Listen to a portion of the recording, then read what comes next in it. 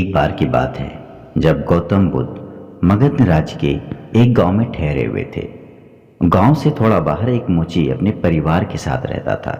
उस मोची के घर के पास एक तालाब था। एक दिन रोज की तरह सुबह मोची तालाब के किनारे पानी लेने के लिए गया। वहां उसने तालाब में एक बहुत ही अद्भुत पुष्प देखा। वह पुष्प देखने में बहुत ही सुंदर था और चमत्कारिक सा प्रतीत हो रहा था। मोची ने तुरंत ही अपनी पत्नी को बुलाया और वह पुष्प उसे दिखा दिया। मोची की पत्नी आध्यात्मिक और धर्म में आस्था रखने वाली थी। वह पुष्प को देखते ही समझ गया कि जरूर यहाँ कल गौतम बुद्ध गुजरे होंगे। उन्हीं के प्रताप से यह पुष्प खिला है।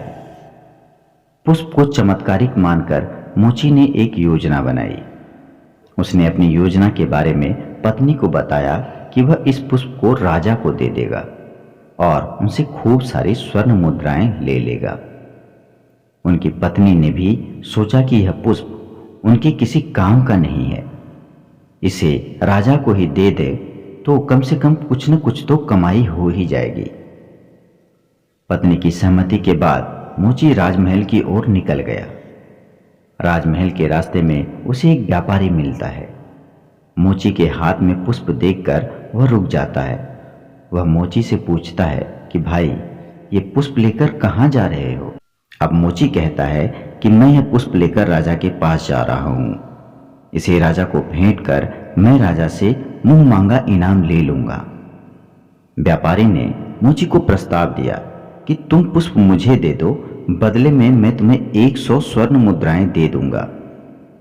अब मोची सोच में पड़ गया। उसने सोचा कि जब इस व्यापारी ने मुझे 100 स्वर्ण मुद्राएं देने के लिए सहमति जताई तो राजा और ज्यादा ही देगा।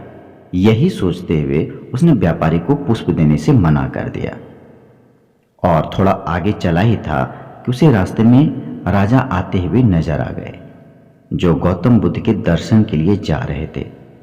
राजा भी मोची के हाथ में वो पुष्प देखकर अचंभित हो गए। राजा ने मोची को पुष्प के बदले 1000 स्वर्ण मुद्राएं देने के लिए कहा। यह सुनते ही मोची के मन में एक अजीब सी चेतना आई। वह राजा को पुष्प न देकर दौड़ता हुआ सीधे महात्मा बुद्ध के पास जा पहुंचा। महात्मा बुद्ध जी मोची को देखकर हैरत में पड़ गए। उन्होंने मोची से पूछा तो मोची ने सारी बात बताई। इसके बाद मोची ने वह पुष्प महात्मा बुद्ध के चरणों में अर्पित कर दिया और उनसे कहने लगा, पहले तो मेरे मन में पुष्प को देखकर लालच आ गया था, लेकिन अब मैं समझ गया हूं कि जिसकी छाया पड़ने से एक पुष्प इतना दिव्य हो गया है, उसकी शरण में अगर मैं चला जाऊं तो मेरा जीवन भी धन्य हो जाएगा।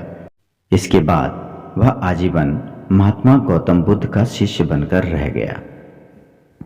इस कहानी ने हमें यह सिखाया कि हमारी जिंदगी में बहुत सी चीजें अपनी तरफ हमें आकर्षित करती हैं, लेकिन हमें उनके लालच या लोभ में नहीं फंसना चाहिए।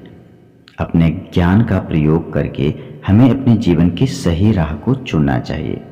तो दोस्तों, उम्मीद है आपको यह छोटी सी प्रेरणात्मक कहानी पसंद आई होगी।